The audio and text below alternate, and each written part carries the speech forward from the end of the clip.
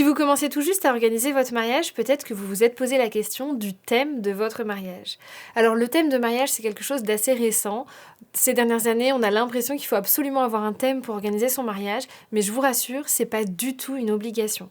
Dans cette vidéo, on va en parler un petit peu. Je vais pas spécialement vous donner des idées de thèmes parce qu'il y a 1 milliard de thèmes différents que vous pouvez choisir et je vous invite à y réfléchir par vous-même. Mais par contre, je vais vraiment plutôt vous aider à choisir le bon thème pour votre mariage et déjà à choisir s'il vous faut ou non un thème de mariage. Le thème de mariage, à quoi est-ce qu'il sert? Parce que si vous avez jamais fait de mariage ou que vous n'êtes pas encore trop intéressé à ça, vous vous demandez peut-être à quoi ça sert.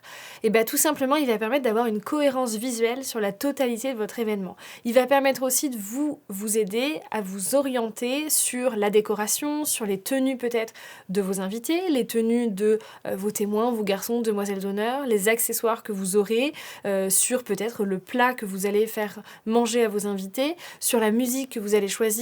Ça va dépendre aussi à quel stade vous avez envie d'être à 100% dans le thème ou pas, mais en tout cas, il va vous permettre de donner une cohérence à votre mariage et notamment une cohérence visuelle. Le thème, évidemment, n'est pas obligatoire. Il y a encore 10 ans, on n'en parlait même pas. Aujourd'hui, on a l'impression que tout le monde a un thème pour son mariage, mais sachez que c'est absolument pas une obligation. Vous faites ce que vous voulez. Le thème de votre mariage, ça peut simplement être notre mariage comme on en a envie. Et c'est très bien, et d'ailleurs, c'est même encore mieux. Un petit point de vigilance quand même sur le thème, c'est que ça peut générer pas mal de stress, ça peut générer aussi pas mal de discussions, notamment si le thème est mal compris par vos invités ou que vos parents, par exemple, comprennent pas trop pourquoi vous avez envie d'avoir un thème de mariage parce que c'est pas très clair pour eux. Ça peut générer un peu des tensions, donc faut faire attention à ça. Et en même temps, ça peut aussi vous imposer un budget plus élevé parce que si vous avez un thème qui nécessite beaucoup de déco ou des décos de dans certains styles, par exemple vous avez un thème ultra floral, les fleurs ça coûte très cher. Donc faites attention aussi à ça et demandez-vous vraiment ce que vous voulez pour votre mariage. Si je peux vous donner un petit conseil par rapport à ça, ça va être de vraiment différencier un thème d'une ambiance. Une ambiance, ça va être vraiment plus général. Ça va être une ambiance plus élégante, une ambiance plus chill, une ambiance plus romantique, alors qu'un thème, ça va être un petit peu plus précis. On va avoir un thème bohème, un thème sur une couleur en particulier, on va avoir un thème sur une thématique en particulier, un thème champêtre, un thème, j'en sais rien, peu importe, mais en tout cas, ça va être un petit peu plus précis. Le thème va permettre à tous vos prestataires de savoir où vous allez, ce que vous faites, de peut-être vous proposer des solutions et des alternatives qui correspondent à votre thème pour vraiment donner une ambiance générale et une cohérence globale à votre mariage. Cependant, l'ambiance globale est très très importante. C'est quand même important d'avoir une ambiance dans laquelle les gens se sentent bien, qu'ils se sentent à l'aise parce que vous ne vous mariez pas qu'à deux. Si vous organisez tout ça, c'est aussi pour vos invités. Donc c'est important d'avoir quelque chose dans lequel ils se sentent bien. Trouvez un thème qui vous correspond, mais qui va aussi permettre à vos invités de se sentir bien. Mon petit conseil, si vous voulez vraiment quelque chose qui fonctionne parfaitement et qui, en plus, ne vous coûte pas trop cher, c'est plutôt d'avoir une ambiance générale sympa pour le mariage qui vous correspond. Quelque chose de chill, quelque chose de luxueux, quelque chose de très élégant, peu importe. Mais ensuite, d'y apporter quelques petites touches du thème que vous avez choisi. Maintenant, la question, c'est comment on choisit un thème de mariage. Parce qu'on voit des dizaines de choses sur les réseaux sociaux, on voit beaucoup de choses sur Pinterest, on entend beaucoup de choses, mais finalement, on ne sait pas trop où aller.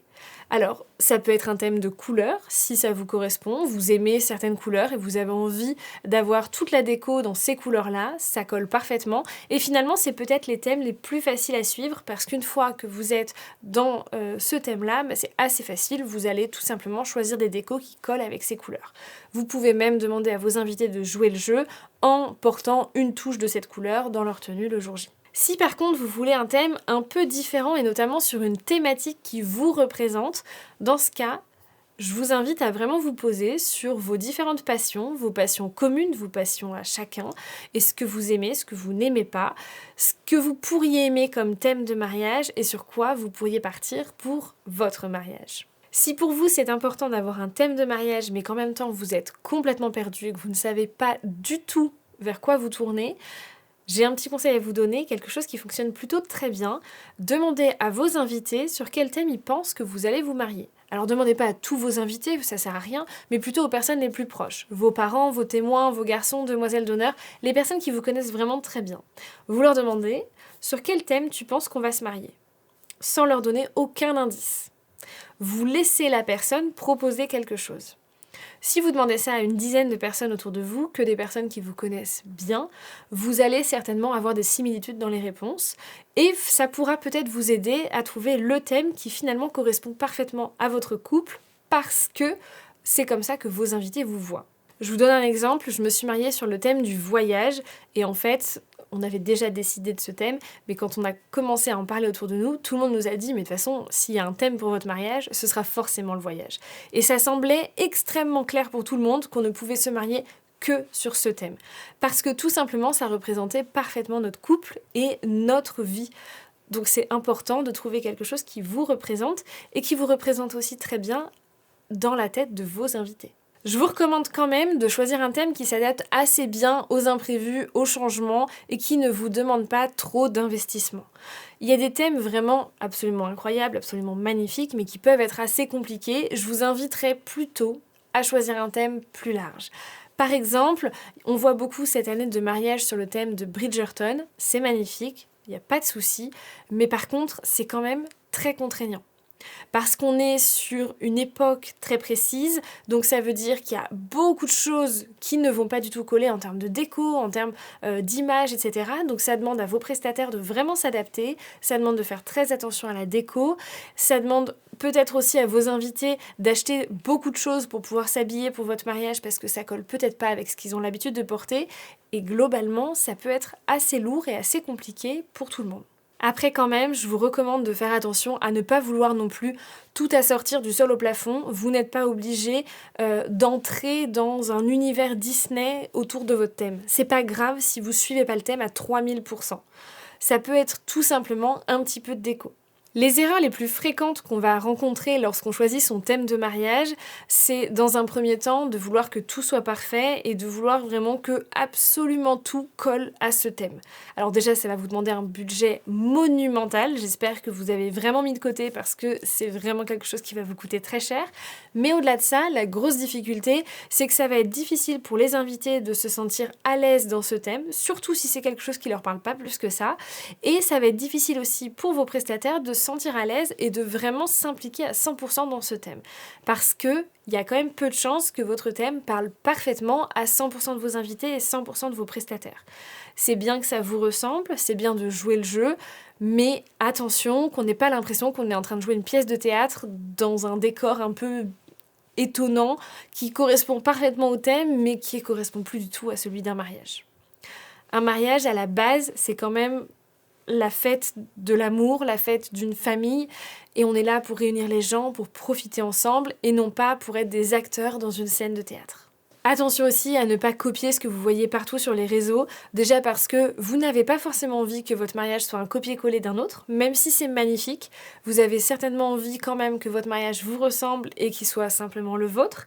Vous n'avez pas non plus envie que vos invités aient déjà tout vu ailleurs. Vous avez certainement envie aussi de leur garder des petites surprises et d'organiser quelque chose qui leur plaise vraiment. Et puis attention aussi, parce que quand on copie trop ce qui se fait un peu partout sur les réseaux, ou en tout cas qu'on essaie de copier, mais qu'on n'a pas forcément exactement le même budget, exactement, j'en sais rien, la même vaisselle, les mêmes chaises, les mêmes objets de déco, etc., ça peut vite partir un peu dans tous les sens et finalement ne pas ressembler du tout à ce que vous voulez.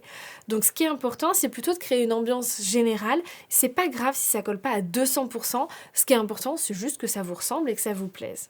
Attention aussi au fait de vouloir mélanger trop de thèmes, de vouloir partir un peu dans tous les sens et de se dire bah moi j'aime bien la musique, toi t'aimes bien le sport, bah on va faire un truc musique et sport, et puis en fait ça part un peu dans tous les sens et au final le risque c'est qu'on dirait une kermesse, qu'on dirait plus un mariage et que ça ressemble ni à l'un ni à l'autre.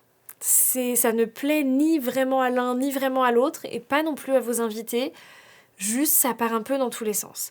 Faites plutôt quelque chose qui vous ressemble. C'est pas grave de mélanger deux thèmes, c'est pas grave d'avoir pas tout à fait les mêmes envies. Vous êtes deux personnes différentes, mais si vous vous mariez, c'est que ça va bien ensemble. Donc vous pouvez très bien coordonner les thèmes ensemble sans non plus partir dans tous les sens. Attention aussi, lorsque vous vous mariez sur un thème couleur, à ne pas non plus en mettre partout, parce que très vite ça peut faire cheap, surtout si vous avez choisi des couleurs vives. Mais en fait, même sans que ce soit des couleurs vives, j'ai eu une mariée récemment qui voulait en fait assortir tout à son thème de couleur. Tout, c'était le costume de son mari, les tenues de ses invités, sa propre robe, les nappes, toute la déco, les fleurs. Et en fait, ça partait dans tous les sens parce qu'au bout d'un moment, elle savait plus où elle en était, c'était pas du tout joli, ça n'allait pas ensemble et rien ne ressortait. Donc, c'est bien d'avoir un thème couleur, c'est bien d'avoir une harmonie, mais justement, il faut que ce soit harmonieux et que ça parte pas dans tous les sens. On n'est pas obligé, si on a choisi d'avoir du rouge sur toutes les nappes, toutes les serviettes, toutes les fleurs, le costume et la cravate du mari, les chaussures de la mariée, le maquillage, le rouge à lèvres, la broche dans les cheveux, etc., etc. C'est pas du tout obligatoire et au contraire, ça risquerait de ne plus du tout ni vous plaire à vous, ni plaire à vos invités. Un petit point de vigilance à avoir, ça va être sur certains thèmes qui peuvent être un peu difficiles à suivre pour vos invités si vous souhaitez qu'ils participent. Alors parce que cette question-là, il va falloir se la poser aussi. Est-ce que le thème, c'est juste pour nous, notre déco, et ce que nous, on organise, ou est-ce qu'on a envie que nos invités participent aussi au thème ? Par exemple, pour mon mariage, on s'est marié sur le thème du voyage, on n'a absolument rien imposé à nos invités, il n'y avait pas de dress code, il n'y avait rien du tout. Juste, nous, on avait créé de la déco et toute la papeterie, etc. était tournée autour du voyage. Il y avait des petites animations tournées autour du voyage, mais c'était tout, on n'a rien imposé à nos invités.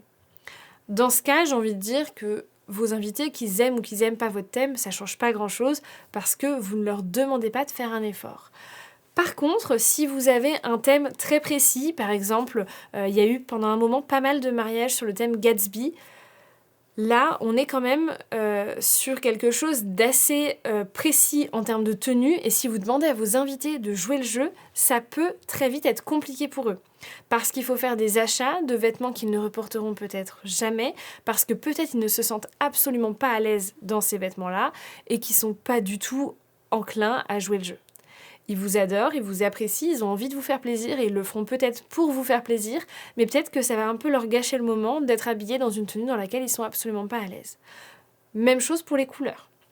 Je vous inviterai à ne pas imposer une couleur à vos invités, mais plutôt proposer une palette de couleurs si vraiment vous voulez une harmonie, ou alors tout simplement demander une touche d'une couleur. C'est beaucoup plus facile de porter une petite touche d'une couleur qui ne nous va pas ou qu'on n'apprécie pas, plutôt que d'apporter une tenue complète. Et puis n'oubliez pas que c'est plus facile pour une femme de porter plein de couleurs que pour un homme. Parce que autant mettre une touche de vert sur une robe, c'est assez facile, mettre un costume tout vert, c'est moins sympa.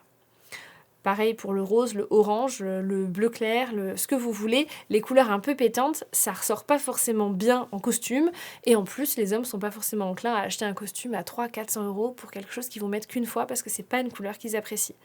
Dans ce cas, il vaut mieux demander aux gens de porter une petite touche. Ça rendra tout aussi bien sur les photos, ça fera tout aussi plaisir à tout le monde et ça permettra à chacun de vos invités de vraiment profiter du moment. Globalement, je vous recommande vraiment d'avoir une cohérence dans tout ce que vous allez faire, à la fois dans la papeterie, donc ça passe par les save the dates, les faire-part, ça va être aussi les livrets de messe, les menus, les plans de table, etc. Donc tout ça, vous pouvez avoir une vraie cohérence visuelle sur le thème que vous avez choisi.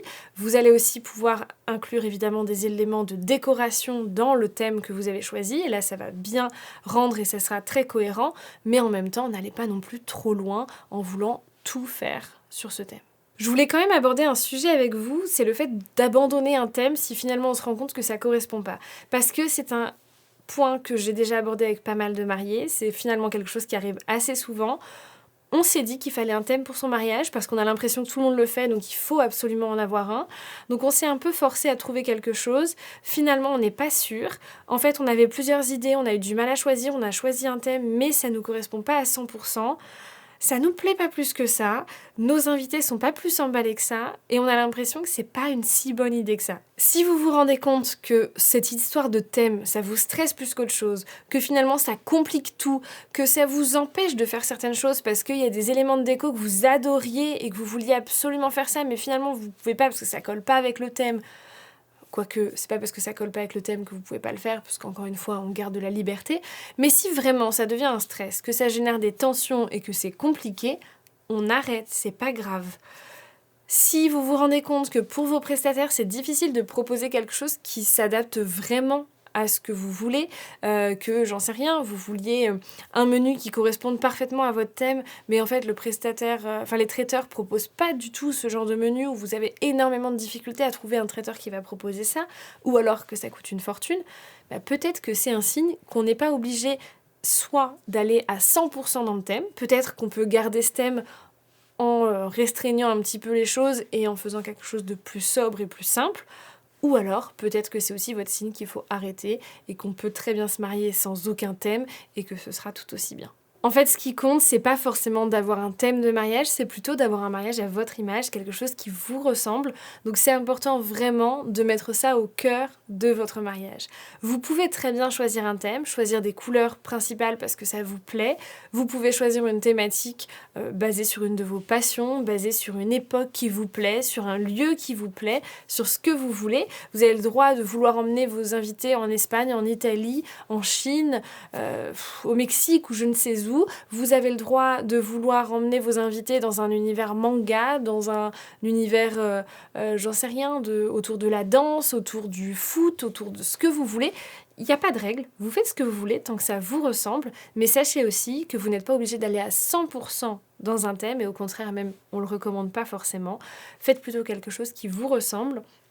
C'est absolument pas grave s'il y a certaines choses qui collent pas au thème et qui sont quand même faites comme ça. Tant que ça vous correspond, tant que ça vous plaît, finalement, c'est ça le plus important.